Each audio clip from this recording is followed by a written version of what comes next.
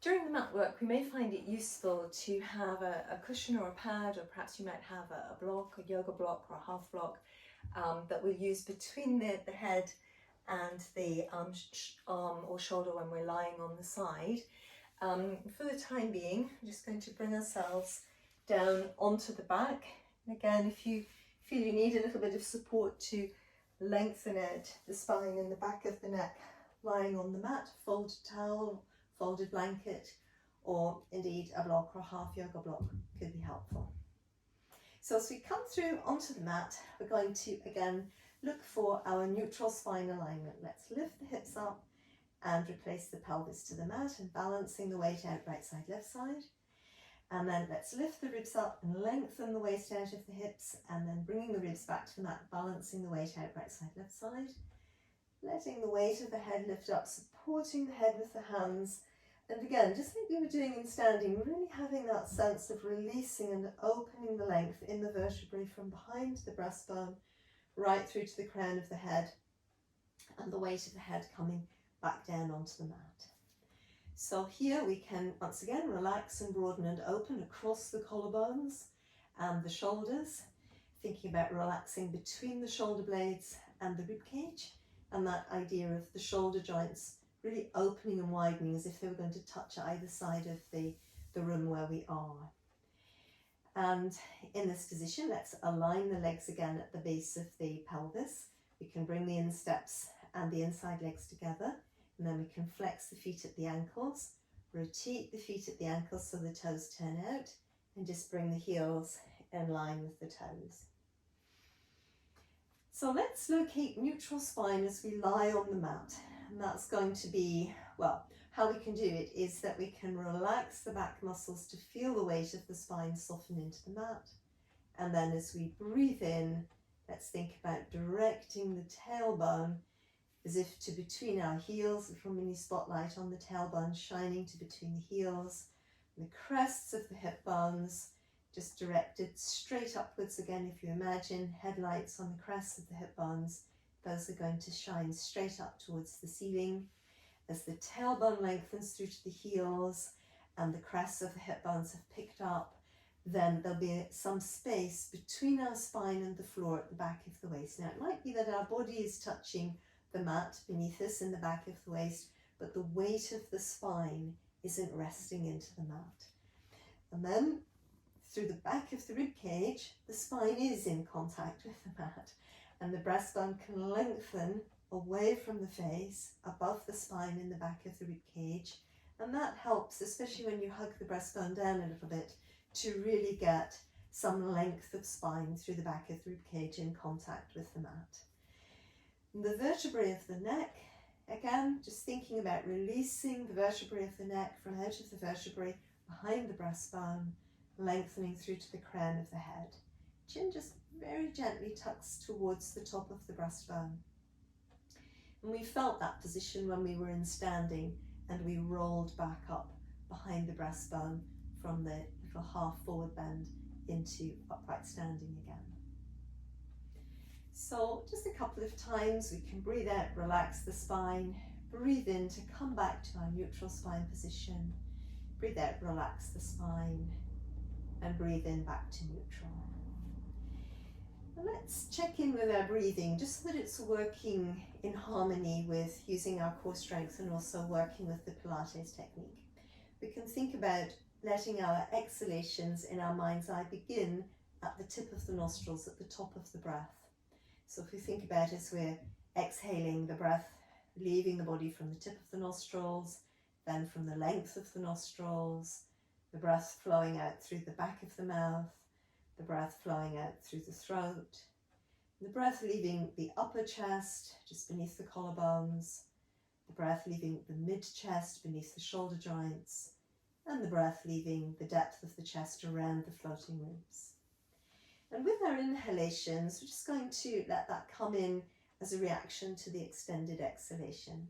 It's a nice, sharp inhalation, just diving down. See if we can aim it right into the center depth of the chest. So the diaphragm and the rib cage fairly circular. Just thinking about as you breathe in, short, sharp inhalation, just diving straight down into the center of the circular muscle of the diaphragm.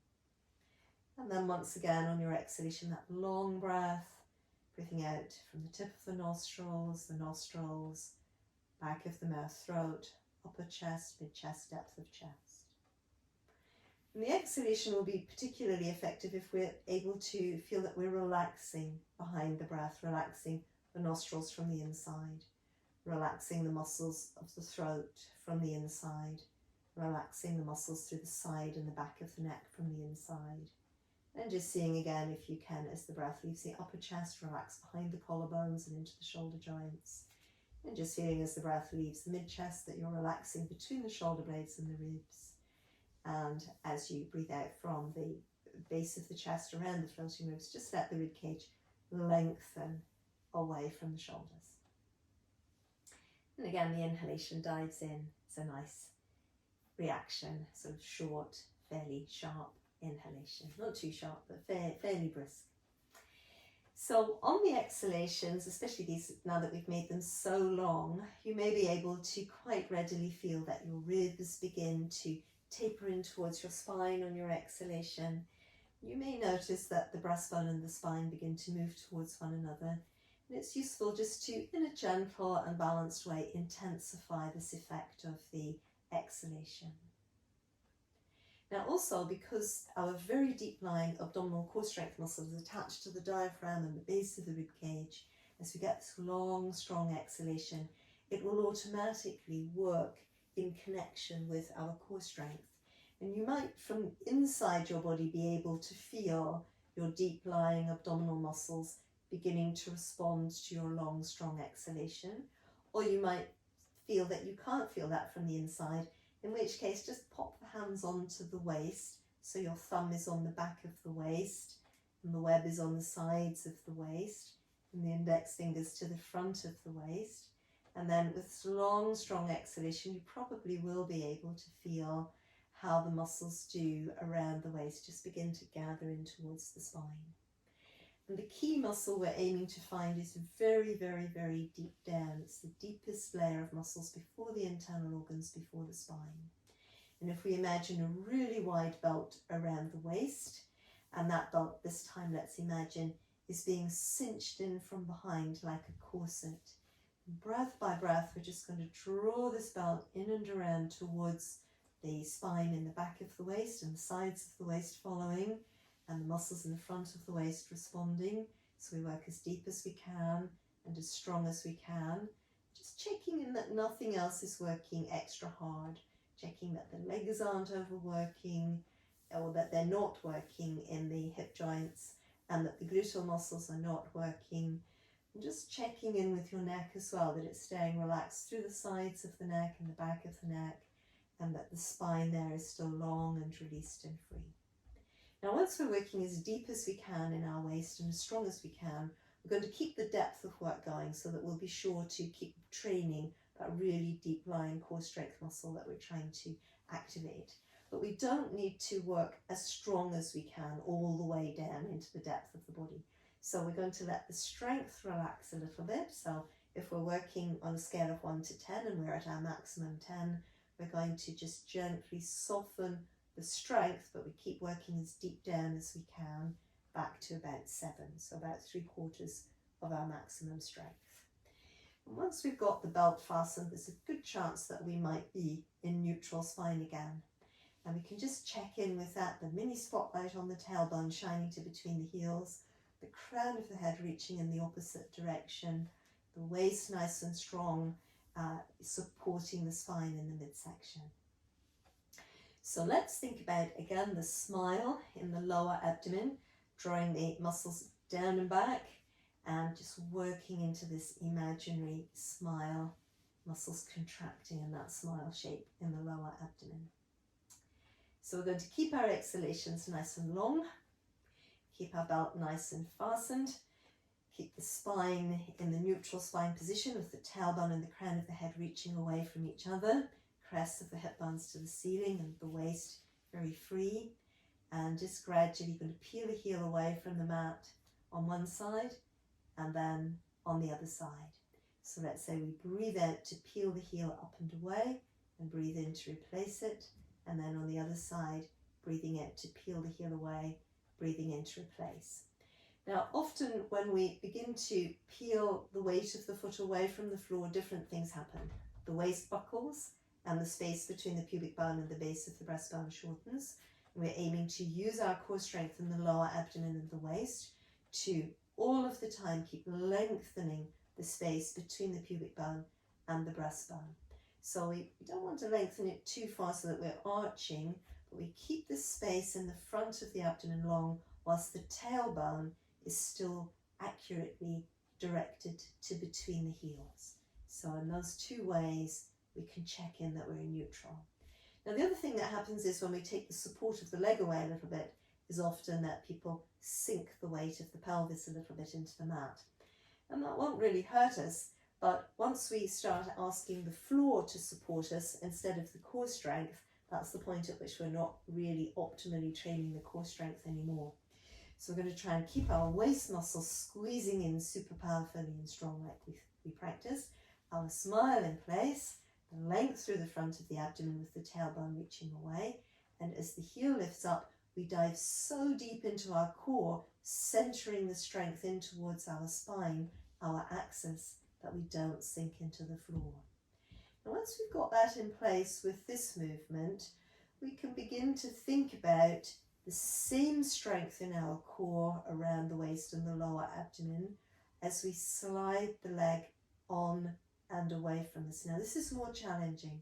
As the leg lengthens right away from us, probably going to have to work really hard in the core strength between the base of the rib cage and the crests of the hip bones. So breathing in, the leg flows back and towards us again. So breathing out, long spine, tailbone to crown, core strength pulls into the center of the body as much as we can, and our smile is working. As the leg moves away, we need to begin to pull up through the gluteal muscles to support the weight of the pelvis. So keep lengthening your spine, working hard between the ribs and the pelvis, breathing in to come back. Now it's the same idea again, thinking about the pelvis staying stable, the waist staying stable, and avoiding sinking extra weight into the floor as the heavy leg extends away from us. We're using the weight of the leg to help us train the core strength muscles.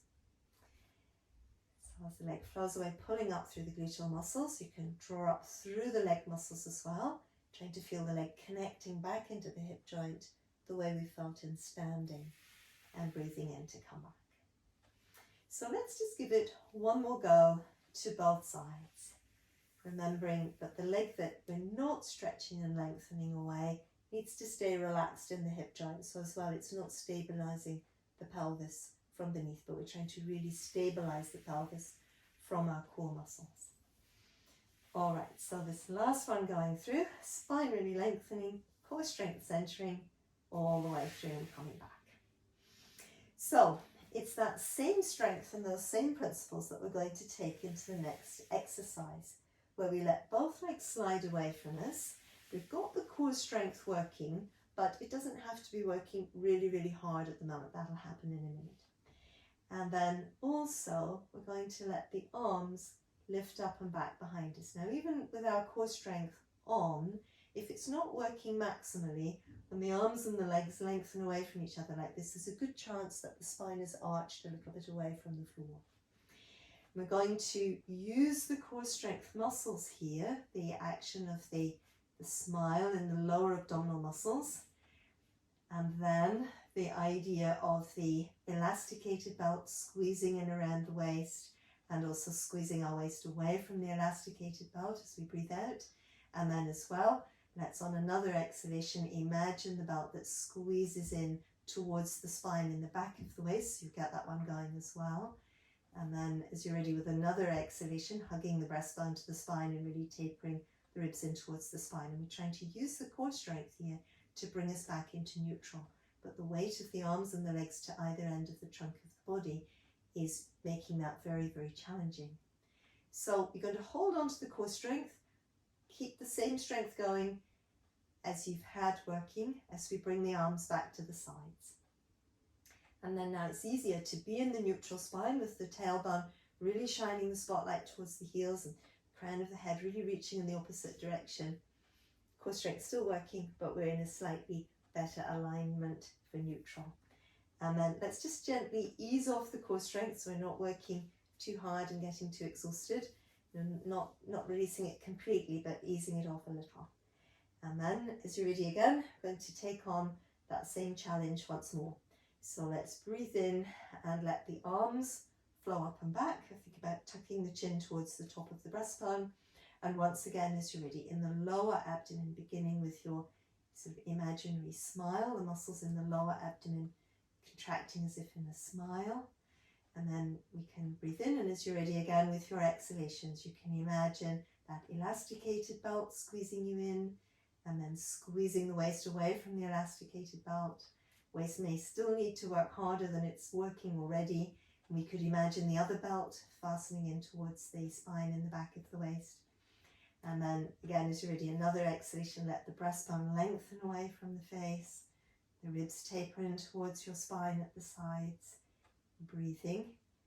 And then holding on to all of that work. You may be very close to neutral, but maybe not quite in neutral. Let's allow the arms to come back to the sides. And then just adjusting so that again, you really are in the neutral spine position. So it should probably feel quite hard work. And then as you're ready, we're going to do that again. So just let the core strength soften a little and the arms flow up and back. And with this one, we're going to change it slightly. So we've still got the legs in line with the hip joints in theory. And once again, we use the smile strength in the lower abdomen to begin to adjust the positions around the tailbone and the sacrum where the hips and the spine join. And then as well, your elasticated belt squeezing in around the waist, across at the back, in at the sides. And then if you can, imagining that you're drawing the waist away from that belt. And we breathe. And then as you're ready again, the belt cinching you in at the back of the waist on an exhalation, just fastening that. And then try to get the ribs to taper into the spine and the breastbone to hug back. And this time, instead of bringing the arms back to the sides, we're just going to bring the hands into the back of the head. And the elbows wide, but we should just be able to see them out of our peripheral vision. And this is where the action is going to be very similar to the action that we did in standing. So we're lengthening from between the shoulder blades into the crown of the head, and really allow the neck to flow forwards and the chin to tuck towards the breastbone as the spine lengthens towards the crown and the upper spine rolls up and forward. So we're only moving through the spine and the rib cage and the neck, and then let's breathe in to roll back. Now the effort for that action, the releasing and lengthening through the neck into the crown, is very important, but the effort comes really by hugging the breastbone to the spine, and you're mainly trying to think about lifting the spine behind the breastbone. So from behind the breastbone, you're lengthening the spine up and over behind the breastbone. The lengthening arrives in the crown of the head, and we have to squeeze very hard here in the muscles just at the base of the breastbone between the floating ribs. So it's an upper abdominal exercise. Breathing in to come back. So let's give it 2 more goes, as long as it's comfortable. Now the weight of the head, let it be carried in the hands. Let your throat muscles stay relaxed. Feel that the effort is coming from the muscles, that lift the spine beneath the breastbone, and just here, breathing in to roll back down.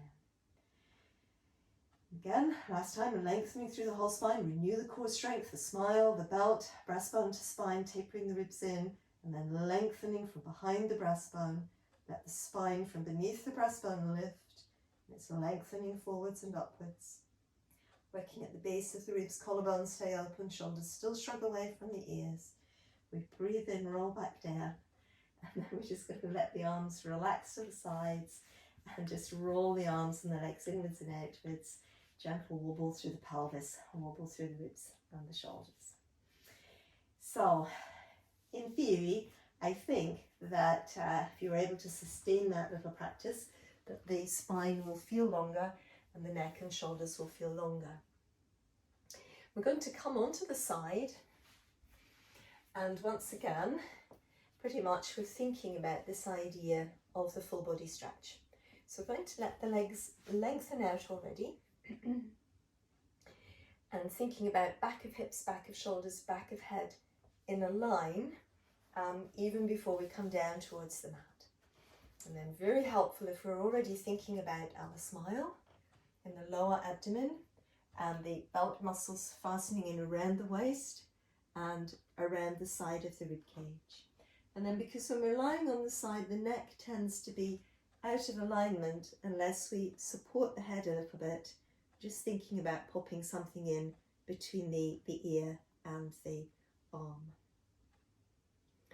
So in this position, ideally hip directly above hip, shoulder directly above shoulder. And we're going to need to work the core strength even deeper than we are already, a bit like when we were lying on the back in the full body stretch exercise. The smile needs to work very deeply and strongly, and the belt fastens. And because the weight of the organs is all sinking downwards towards this underside, the underside of the core has to work quite firmly.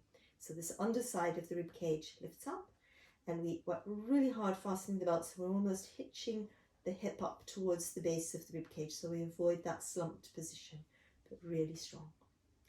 So from here, letting the neck be lengthening from between the shoulder blades, so no undue pressure going through the head into the arm or our support. We're going to just try to overlay the belt fastening muscles with a little bit of lower back strength. We're going to pull up through the gluteal muscles, the low glutes and the main glutes, and just letting that top leg hover away. And then as we're really stretching into the lower leg, we lift in the underside of the body, squeeze in the waist, keep that lower leg stretching away and lifting it too. So we're in our full body stretch position, but on the side, this underside really supported. You can have the arm forwards if it's too difficult to balance on the side. Glutes pulling up, we breathe, and then let's breathe out lower and lower. So we're going to do that again. If you feel ready to add in an additional option, you can, or otherwise just coming up, holding the legs and then bringing them back down. So we're going to stretch and lengthen through the whole spine, tailbone and crown, lengthening away from each other. We work deep into our core strength, then we add in a little bit of lower back strength, pull up through the gluteal muscles and stretch this leg up and away from us. And then lower waist, lower ribs, lower waist, lifting through, holding lots of strength in that underside of the body. So now from here, we're going to try and keep the stretch between the tailbone and the crown. Let the top leg move forward and then back. So you can work this with the breathing. You can breathe out, let the leg move forward. Breathe in to bring it back. Or if you prefer, you can breathe in to let the leg move forward. Breathe out to bring it back. But the main thing is to keep the spine really lengthening, to keep that strength coming in at the back of your waist. Keep stretching into the lower leg to help you keep your spine really long. Breathing, and the last one, forward and back. And then as we're ready, we lower and relax. So that is hard work as an exercise, but again, great training for lengthening the posture, keeping the muscles strong around the spine. So let's give that underside that's been working so hard a little stretch. We breathe in to reach up, coming up to come over into a side bend here. Collarbones nice and open, shoulders releasing away from the ears, and just breathing. And then once again, breathing in, breathing out to come back. So we've got the second side to have a go with this time. So let's just spin ourselves around and coming down on the second side. So again, helpful, we let the legs lengthen away from us, and we know before we even arrive into the mat that we are in a line. Heels, hips, back of shoulders, back of head. Core strength switched on, at least a little bit, our smile working, our belt already fastened, and the muscles around the rib cage active again. So as we come through, once again, we can support the weight of the head with a cushion or a blanket or half block, however, whatever feels right. And then again, just positioning. So we've got shoulder above shoulder, hip above hip, And again, I'm a bit more wobbly on this side. If you need a little bit of extra support, just let your arm come forward. Keep it connecting into the upper back, elbow towards the ceiling, so it's not dragging your upper back forward, but you're still stacked shoulder to shoulder. Now, a lot of the key to the side lying exercises and not wobbling is actually getting the core strength to go very, very deep. And sometimes people say it's uncomfortable to lie on the side, around the hip, but again, that can often, it's not the only factor. It could be that you need a little bit of a blanket underneath the hip to soften if the bone is quite prominent in the thigh. At the side of the hip, you might need to support it with a folded blanket. But often it is just the case that if we get the core strength to work really strongly around our spine and to support the pelvis, that little bit of pain lying on the side goes, because we've taken the pressure off the side.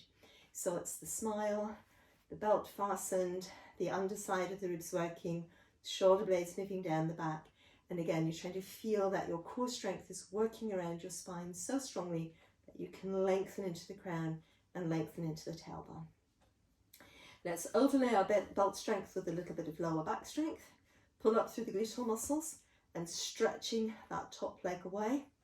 Keep the underside of the body strong, stretching into the lower leg, lifting the under waist, lifting the under ribs, and that leg comes up, shoulder blades move down the back.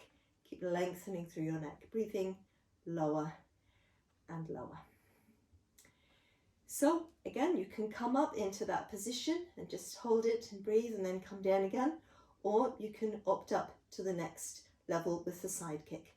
So we add in our lower back strength, pull up through the gluteal muscles, stretch the top leg away, lift in the lower waist, lift in the ribs on the underside of the body. And then in this position, holding on to the back of waist strength, keeping the lower leg stretching away from the hip joint. The top leg moves forwards and then comes back. Now, another key to the stability here is keeping the collarbones broad, the shoulders really wide and open as if you were going to touch the floor and the ceiling to either side of you with your shoulder joints. And the shoulder blades are drawn down the back.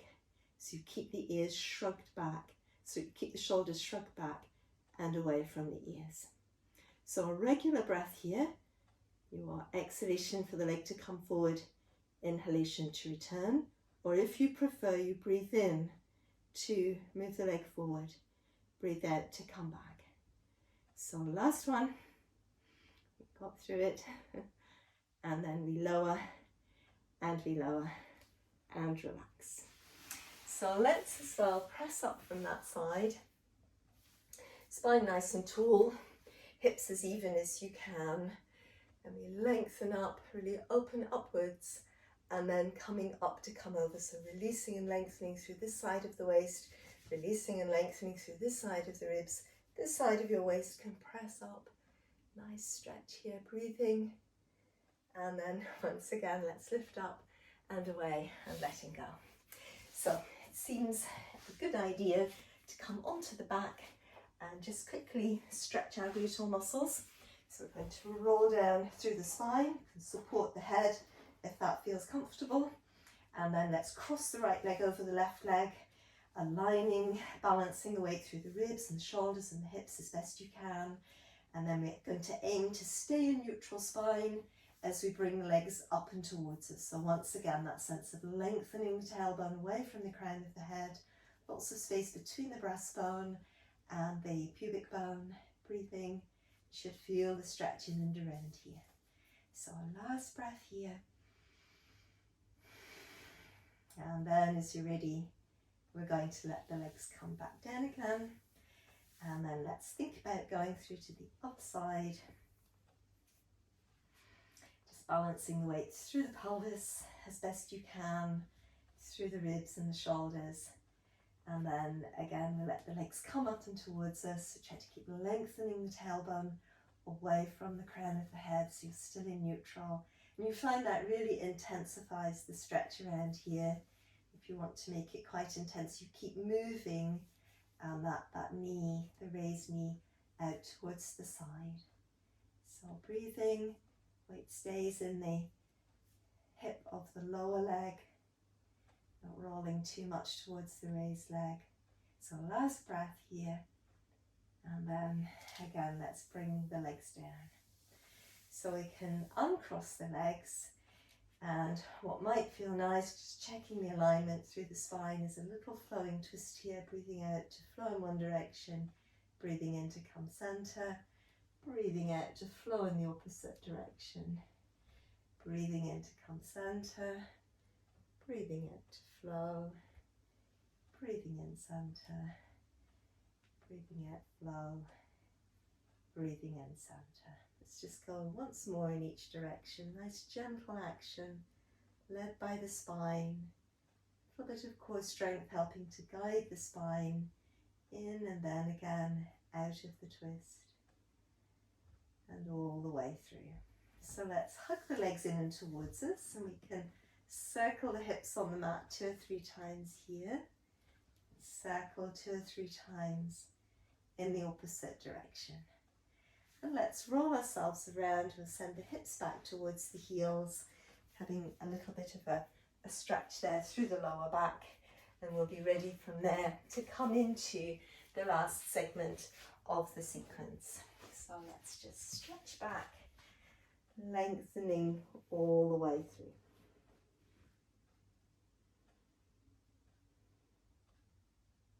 Good. So then, as you're ready, just roll up through the spine, and from here we're going to think about coming onto the front of the body on the mat to do the Swan Dive as kind of Sphinx-like position. So this is where